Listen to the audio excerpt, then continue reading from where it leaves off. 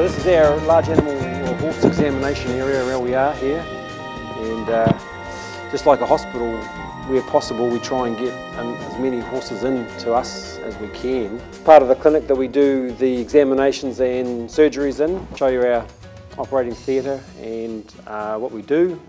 I've got a sort of a little demonstration about one of the aspects of the surgery we do. Then we've got a horse there and I thought we might give everyone a look inside its mouth. As people never always wondered how big a horse's mouth is and how long it is, and so we can give it a wee, put a gag in there and have a good look inside its mouth. Who wants to be a volunteer? Who wants to go for a ride? Anyone? Yep. One volunteer, come on forward. You have to pretend to be a horse, okay? Okay. First of all, I'm going to give you an injection to make you go to sleep, but it's not going to keep you down for very long. So you're just going to, so if I give you an injection, you lie down and I'll show you what we do. Okay, so we've got this big horse, he weighs about 450 kilos. We're going to put a strap around this leg, around each leg here, and around here,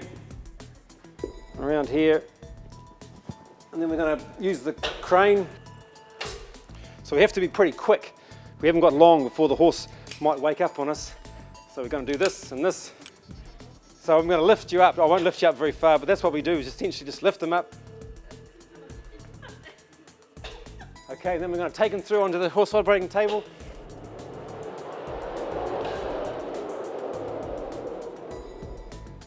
We're going to lower them down. We're going to have to keep him from waking up on us. So we're going to have to use a big tube. We have to put this through his mouth and into his lungs, into his windpipe, so that he can breathe through that. This is a horse-sized tube. Everything's big for the horses. So we're going to have to insert that into his, down his mouth. Then once we've got that in there, we're going to fix him up to our anaesthetic machine here. And we're going to make him breathe oxygen with an anaesthetic gas in there to keep him down. And we've got monitors here, these monitors here will tell us what his blood pressure is. This one will tell us how much oxygen he's got in his blood, and this is going to tell us all the sort of stuff we need to know to keep him safely asleep.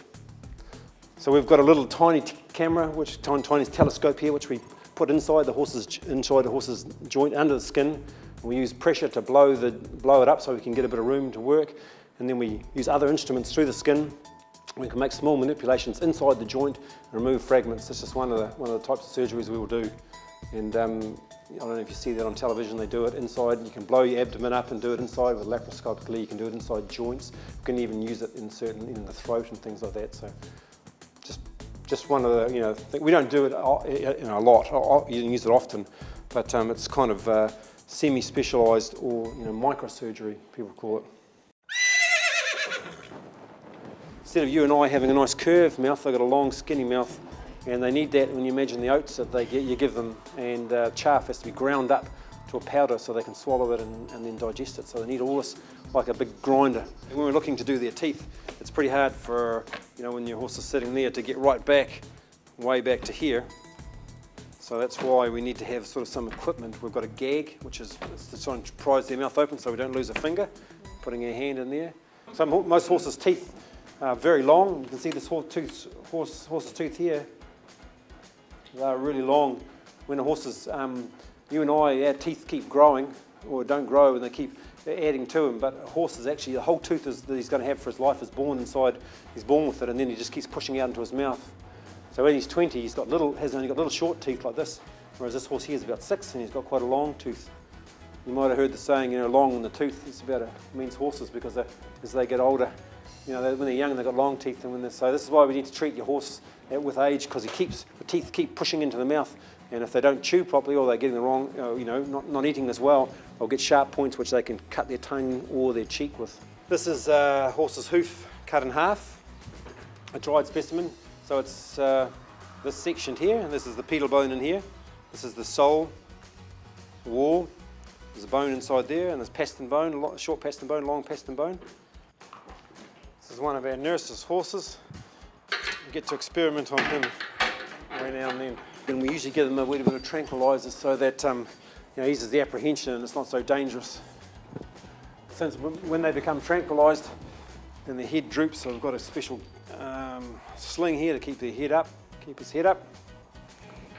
Just make him a wee bit sleepy. A horse is a horse, of course, and no one can talk to a horse, of course. So we've got a gag here to hold his mouth open.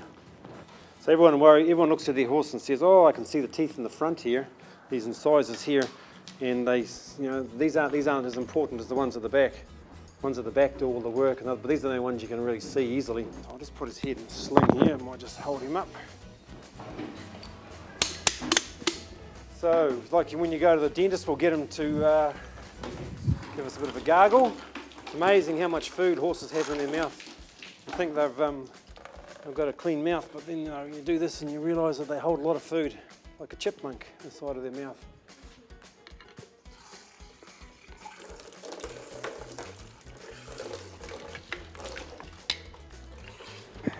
We've got a light here so we can see. Okay, who wants to come and have a look inside? I'll hold the cheeks open for you, or you can get someone on the other side to hold the cheek open. See how far back the horse's teeth go, all the way back. Can you see? See how big his tongue is? See the roof of his mouth? He's got those ridges on the top of his mouth. And that's to help him when he's eating, so it keeps it all, it keeps moving backwards, so when he's eating, all the food goes backwards. Oh, he's still got a bit of food in there, yes, I didn't clean it out very well. It's amazing how much food they'll hold in there.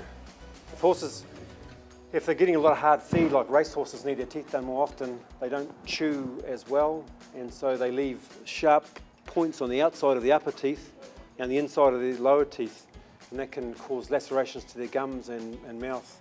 Hello, I'm Mr. Red. This is what they call a spreader. We'll put it between the teeth to sort of force the teeth apart to get them start to be loose. This is what we grab the tooth with and we wiggle with. It takes us about an hour to get a horse's tooth out because you have to wiggle very gently because you don't want to break it. And we have to go right, we have to be in here, working way back to here. So do you guys know what part of the horse's anatomy these bones belong to? So those are the bones that make up the horse's neck. It's pretty neat, isn't it amazing? The horse can bend this way, you can bend that way, you can bend this way, you can bend that way, and the delicate little spinal cord, which is like a telephone wire, these all stick together like a jigsaw puzzle. They're really hard to get it. So when, it takes me ages to work out where they go, so that you can see when in the real horse how hard it is for them to get to damage their neck. Very difficult. Kathy, is this the first time you've been to a vet clinic?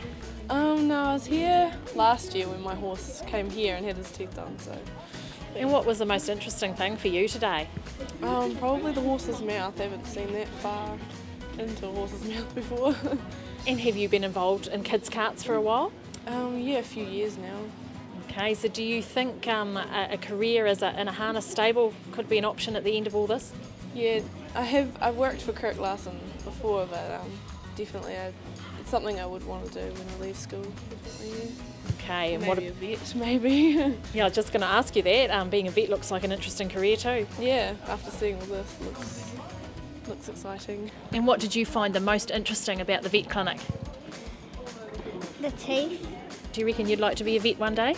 Oh, yeah, I'd think about doing it. Yeah, it would be a good job and get to see lots of horses. So be good. And you were hoisted up there into the operating theatre. Were you a bit scared? Oh, it wasn't too bad. It was actually pretty fun getting lifted, so it's good. What was the highlight of your visit today? Learning about where they do the surgeries and how they do it. Have you been into the vet clinic before? No. And what's the most exciting thing you've done to date with kids' carts, Chelsea? Going to Wikawait and winning the cup up there with Georgia. That was cool. Do you think after your visit here today you might be interested in one day being a vet? Oh, I might. I'll stick with driving. You see, I've been through the desert on a horse with no name. It felt good to be out of the rain. In the desert, you can't remember your name, 'cause there ain't no one for to give you no pain.